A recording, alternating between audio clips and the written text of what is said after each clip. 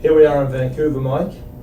Hello everyone. I'd like to welcome Mike Henderson, Tetra Tech's Mining Initiative Leader. Mike is based in Tetra Tech's Golden, Colorado office. Mike, at the recent AGM, we learned of the very good news that the Mining Initiative was being elevated to become one of the corporation's key strategic initiatives. I'd like to start by asking you to outline the current size of the Mining Initiative in terms of numbers of people and revenue. Okay. Thanks, Ian. I'm happy to be here today. The size of the Mining Initiative within Tetra Tech has grown considerably over the last 4 years, from about 40 million a year up to where we are today, which, including BPR Bechtel and France, in total about 200 million for FY10. So it's grown 5 times in 4 years. It's been very successful and it seems to be coming together quite well. The number of people in the primary business units that do mining total almost 4,000 people. If you back that into the number of full-time equivalents that are working on mining projects at any one time, as near as we can tell, our estimate is about 2,200 people doing mining. So any day, any given time, about 2,200. Mike, could you also please describe the 5-year growth plan for the initiative? Yes, Ian. The 5-year growth plan for the overall company initiative is to grow from where we are today at 200 million up to about 600 million in 5 years. The 600 million is a good goal, whether it's 4 years or 6 years, it'll be somewhere in that time frame. But that's it. All right. We understand that mining truly is a global initiative within Tetra Tech. Could you please outline the various parts of the world where Tetra Tech has mining offices and where the focus for global growth will be in the foreseeable future? Certainly. The mining initiative historically has been centered or focused primarily in North America, so that's US and Canada. We are currently working for mining clients all around the world in virtually every continent, but that doesn't mean that we necessarily have offices in every continent. As we sit here today, we have offices a small office in Africa, we've got an office in Perth, we've got offices in South America in Lima and Santiago, and we've got an office in the UK, and hopefully I'm not forgetting anybody. In the future, those offices and strategies will grow considerably. The company's long-term focus is to grow internationally from overall, and mining is going to lead that way. Mining is the first in a lot of places, a lot of markets, to bring Tetra Tech as an overall service line into the continent. So the first 2 areas we're going to be growing are Australasia, so starting in Australia, and then growing into servicing the Asian markets, as well as South America. So South America primarily being Peru, Chile, and Brazil. Thanks, Mike. Could you also please share with us who some of the top 10 clientele are and the types of projects that are being carried out or pursued by these clients? The top 10 clients range or vary depending on commodity. So the coal top 10 would be different than the iron ore and so on. On the copper side, let me start there. The big companies in the world would be Xstrata, RTZ, BHP, those kind of companies. The top gold companies would include Barrick, which is the largest gold company in the world, followed by Newmont, which is number 2 in the world, and then there's a whole range of close behind companies on the gold side. Coal would be ArcelorMittal, Peabody, those kind of companies. So it depends on the commodity. Uranium would be heavily weighted by Cameco. We're doing a little bit of work for Areva. We want to see that grow considerably in the future. Nice to see a Canadian company in the top 10, Mike, Cameco. There are several Canadian companies in the top 10. Great. Tetra Tech has certainly been active in the past 2 years or so with several acquisitions in Canada, including, of course, ourselves. Could you please share with us your vision for expansion of Tetra Tech services in Canada and the opportunities that this will create for our staff?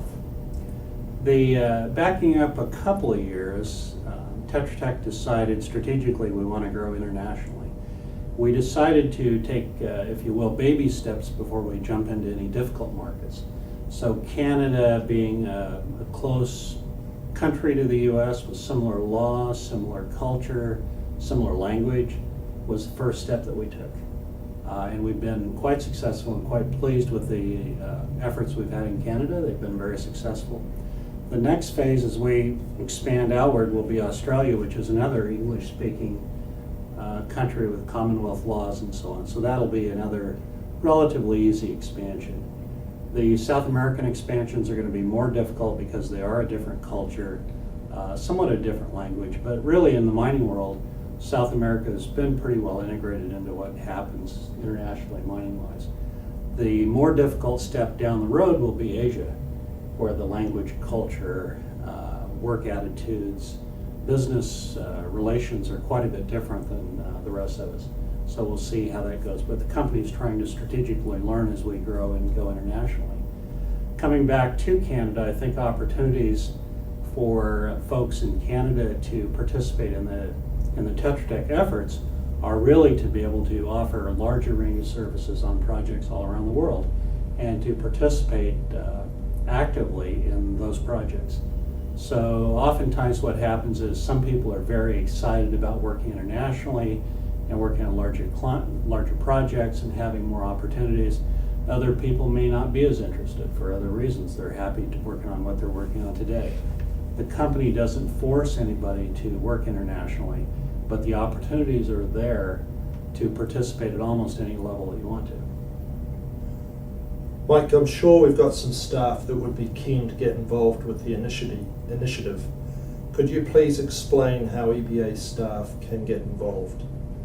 I can. The initiative process really is an overreaching organization or a matrix organization to manage and coordinate activities that the company deems important to its future success.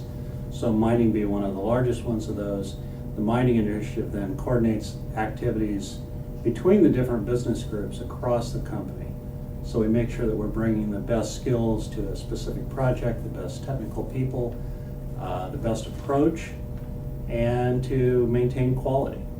So the way people participate in the mining initiative is to basically volunteer.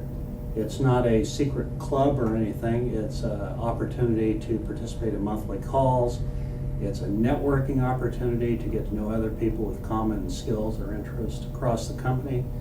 And basically, if a person wants to volunteer or wants to participate in the mining initiative, it's as simple as letting us know that you want to do that. You'll get on the email and you'll be able to start listening into the calls and finding out what's going on. The mining initiative itself, because it's a large one and fairly diverse, is there's a general monthly call with all the group leaders, and then on top of that is a monthly call at the commodity level. So there's a gold team that has a monthly call, there's a copper team that has a monthly call, there's a ferrous team that has a monthly call, uranium and so on. So those working groups then roll up into the monthly call that kind of looks at overall activities across the company. Mike, just one final question. We understand Tetra Tech has considerable geotechnical and environmental consulting capacity in the United States. How do you envisage Tetra Tech and EBA becoming integrated and getting to know each other better? EBA and Tetra Tech in the US, specifically the MM group and the Ardman groups, are where most of the environmental and geotechnical skills reside. As we go forward, we're going to need to be linking those groups together to have a bigger pool of resource and bring projects that we can all work on more closely together. We are planning on having a spring 2011 geotechnical conference to bring EBA and the Tetra Tech side together and discuss skills and opportunities and so on. For example, MM is very active in Alaska. We're working on several projects up there, and you may know about the Ironbark project in Greenland. We have needs to bring in EBA to do the permafrost engineering and kind of look over our shoulder on some of that. And there's going to be opportunities to work together on mining projects in the north, ports in the north, as the Northern Waterway opens up and so on. So there's lots of activities happening in the north, as well as projects in the tropics where staff might be getting tired of the long winter. There are opportunities to migrate south and work on the beach somewhere. So there's opportunities both ways. I agree, Mike. Thank you very much for your insights. It certainly seems that exciting times lie ahead for the mining initiative.